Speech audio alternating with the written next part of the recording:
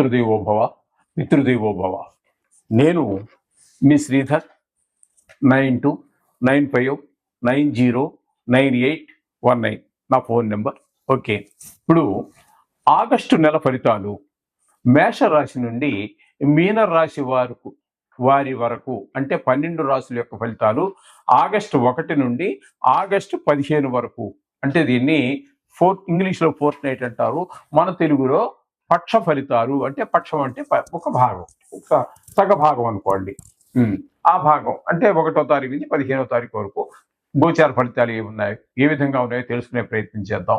మిథున రాశి వారికి ఆగస్టు 1వ తారీఖు నుండి ఆగస్టు 15వ తారీఖు 2025వ సంవత్సరం వరకు గోచార ఫలితాలు ఏ విధంగా ఉన్నాయో సశాస్త్రీయమైన పద్ధతిలో తెలుసుకునే ప్రయత్నం చేద్దాము. మిథున రాశి వారికి జన్మంలోనే శుక్రుడు గురువు ఇద్దరు సంచారం చేస్తూ ఉన్నారు.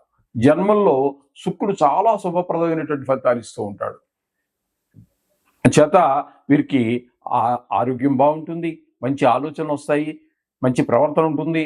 అదే కాకుండా గిర్ఫ్యూమ్స్ ఇట్లాంటివి సుగంధ ద్రవ్యాలు వాడటము, శుక్రుడు అనుకూలంగా ఉన్నటువంటి వాళ్ళందరికీ కూడా ఈ సుగంధ ద్రవ్యాల మీద వాటి మీద ఎక్కువ ఉండటము, అలాగే మనిషి కూడా ఎప్పుడు ట్రిమ్గా ఉండటము, గడ్డం పెంచుకుని మాసిపోయిన గడ్డము, మాసిపోయిన బట్టలు వేసుకుంటూ ఉంటారు కొంతమంది సామాన్యంగా, కొంతమంది అటువంటివి ఏమీ లేకుండా ఈ శుక్రుడు అనుకూలంగా ఉన్నటువంటి వాళ్ళు జాతకంలో కానివ్వండి, మరి గోచారంలో ఉన్నప్పుడు ఉంటే కొంత తక్కువ, కానీ జాతకం ఉన్న వాళ్ళు అయితే జాతకంలో కూడా అనుకూలంగా ఉన్నటువంటి వాళ్ళు ఎప్పుడూ కూడా ఎవర్ గ్రీన్లా ఉంటూ ఉంటారు. వాళ్ళందరూ కూడా చాలా చక్కగా నీట్గా శుభప్రదంగా ఉంటుంటారు. వాళ్ళు చూస్తేనే సంతోషం కలిగించేటటువంటిగా ఉంటుంది.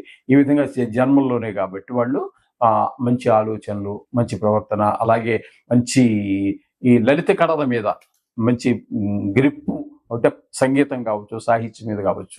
అలాగే ఇక్కడ మీకు శుక్రుడు అనుకూలం తనుభావంలోనే ఉన్నాడు కాబట్టి మీకు షేర్ మార్కెట్లో పెట్టుబడి పెట్టే వారికి, ముఖ్యంగా లలిత కళల్లో ఉన్నటువంటి వారికి వాళ్ళందరికీ కూడా అనుకూలమైనటువంటి ఫలితాన్ని శుక్రుడు ఇస్తూ ఉన్నాడు. కానీ గురువు గోచార రీత్యా జన్మంలో శుభ ఫలితములను ఇవ్వజాలరు.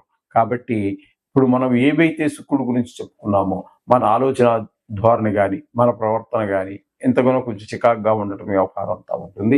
కొంత ఆరోగ్య విషయంలో కూడా అనుకూలమైనటువంటి గ్రహం కాదు కాబట్టి కొంచెం ఆరోగ్యంలో కూడా పెద్దగా దెబ్బతినకపోయినప్పటికీ చికాకుగా ఒక మనసు ఒక నిలకడ లేని తరంగా కొంచెం దుష్టాలోచనతో నిండి ఉండేటటువంటి అవకాశం అంతా కూడా జన్మల్లో గురు ద్వారా వస్తున్నది. ఇకపోతే ద్వితీయ స్థానంలో రవి బుధులు ఇద్దరు సంచరిస్తున్నారు.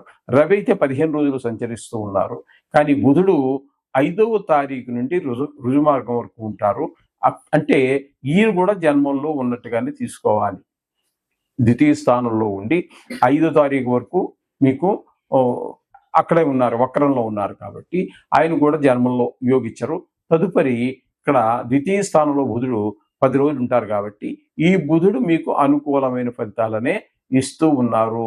ద్వితీయ స్థానం కాబట్టి ధనానికి లోటు లేకుండా చూస్తారు, మంచి మాటకారితనం ఉంటుంది. అసలు సహజంగానే కొంచెం చక్కటి భాషా పరిజ్ఞానము కానివ్వండి, లేదా వ్యవహార శైలి నడిపించటంలోనూ బుధుడు అనేటటువంటి వాడు చాలా చక్కటి తెలివితేటలు కలిగినటువంటి వాడు. అతను సౌమ్యుడు కూడా, అతని పేరే సౌమ్యుడు, మాట కూడా చాలా సౌమ్యంగా ఉంటుంది. ఈ విధమైనటువంటి చేత మాట బాగుంటుంది, కుటుంబంలో పరిస్థితి బాగుంటుంది. మొత్తం మీద బుధుడు మాత్రం మీకు అనుకూలనే 10 రోజుల పాటు చెప్పాలి. ఇక తృతీయ స్థానంలో కేతు గ్రహ సంచారం జరుగుతోంది. తృతీయ స్థానంలో కేతు గ్రహ సంచారం మంచి ఫలితాలు అందిస్తుంది. ఒక మంచి ఏ పని చేసినా కూడా మీ ఇంటిలో ఉన్నటువంటి అన్నదమ్ములు, అలాగే చుట్టుపక్కల ఉన్నటువంటి వారు, మీ ఆఫీసులో పనిచేసేవారు, మీ వ్యవసాయం అయితే వ్యవసాయం, లేదా వ్యాపారం అయితే వ్యాపారం, అక్కడ కూడా అందరూ మీకు సహాయ సహకారాలు బాగానే అందిస్తూ ఉంటారు. ఈ విధమైన ఫలితాలన్నీ కూడా మనకి ఈ సేవకులు కూడా మీకు ఇదిగానే ఉంటారు. మీరు కొన్ని సాహసమైనటువంటి పనులు కూడా చేసే అవకాశం ఉంటుంది తృతీయ స్థానంలో కేతుగ్రహ సంచారం వల్ల. ఇకపోతే చతుర్థంలో కుజగ్రహ సంచారం జరుగుతున్నదండి. కుజగ్రహ సంచారం కనుక మనం తీసుకున్నట్టయితే 4వ స్థానంలో తల్లిగారి ఆరోగ్య విషయంలోను, విద్య విషయంలోను, అలాగే భూమి విషయంలోను, గృహాల విషయాల్లోనూ, వాహనాలు అమ్మేవారికి, కొనేవారికి, మన స్వభావంలోనూ కూడా అంతా అనుకూలమైనటువంటి ఫలితాలు రావండి. తద్వారా మనకి ఈ రియల్ ఎస్టేట్ వ్యాపారంలో ఉన్నటువంటి వారికి, ఈ వాహనాలు కొత్తవి కావచ్చు, పాతవి కావచ్చు, రిపేర్ చేసి అమ్మేటటువంటి వారికి అంత అనుకూలమైన కాలం కాదు. ఒకవేళ మీకు ఇల్లున్నా కూడా వాటి సుఖాలను కూడా పొందలేనటువంటి పరిస్థితి వస్తూ ఉంటుంది. ఇంట్లో ఇల్లుంది, సొంత ఇల్లే, కానీ దాంతో ఈ 15 రోజుల్లో ఆనందంగా అనుభవించే పరిస్థితి ఉండదు. నల్లా పోవటము, లేకపోతే మోరి నిండిపోవటం, బయటికి ఎగతన్నటం, దాన్ని మళ్ళీ వాడిని పిలవటం, వాడు ఇదిగో వస్తున్నాడు సార్ అంటాడు, రాడు. ఈ విధంగా ఈ స్కిల్ వర్కర్స్ అందరూ కూడా కొంచెం ఇబ్బంది పెట్టేటటువంటి మనస్తత్వంగా ఉంటారు వాళ్ళు. అందుచేత ఇంట్లో ఆ గృహం కావచ్చు, వాహనం కావచ్చు, ఈ విషయాలన్నీ కూడా కొంచెం ఇబ్బంది పెట్టేటటువంటి పరిస్థితులన్నీ ఏర్పడుతూ ఉంటాయి.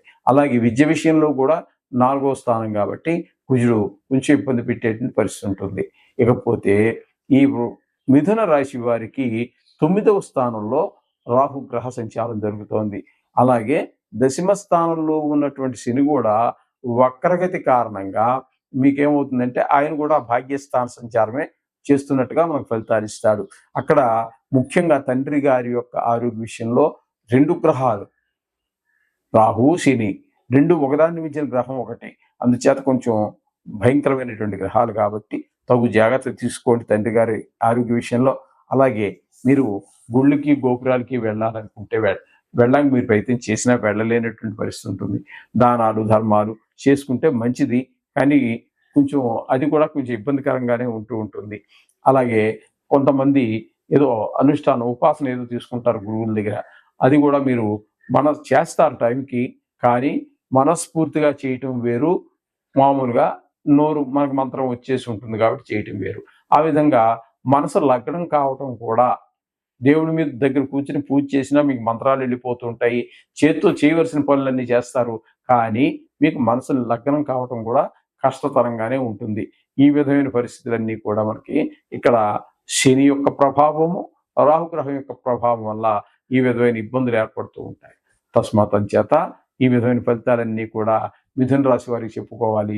అందుచేత ఏది ఏమైనప్పటికీ కూడా నవగ్రహ మంత్రాలు లేదా దానికి సంబంధించినటువంటివి మీకు వీలుంటే గుడికి వెళ్ళండి, రోజు వెళ్ళండి, నవగ్రహాల చుట్టూ తిరగండి. తదుపరి నవగ్రహాలు అయిపోయిన తర్వాత ప్రధాన దైవం ఎవరో ఆ దేవుణ్ణి కూడా దర్శనం చేసుకోండి. మీ బాధలన్నీ చెప్పుకోండి. మీకు ఏ బాధలు వచ్చినా సరే దేవుడి దగ్గర చెప్పుకోండి.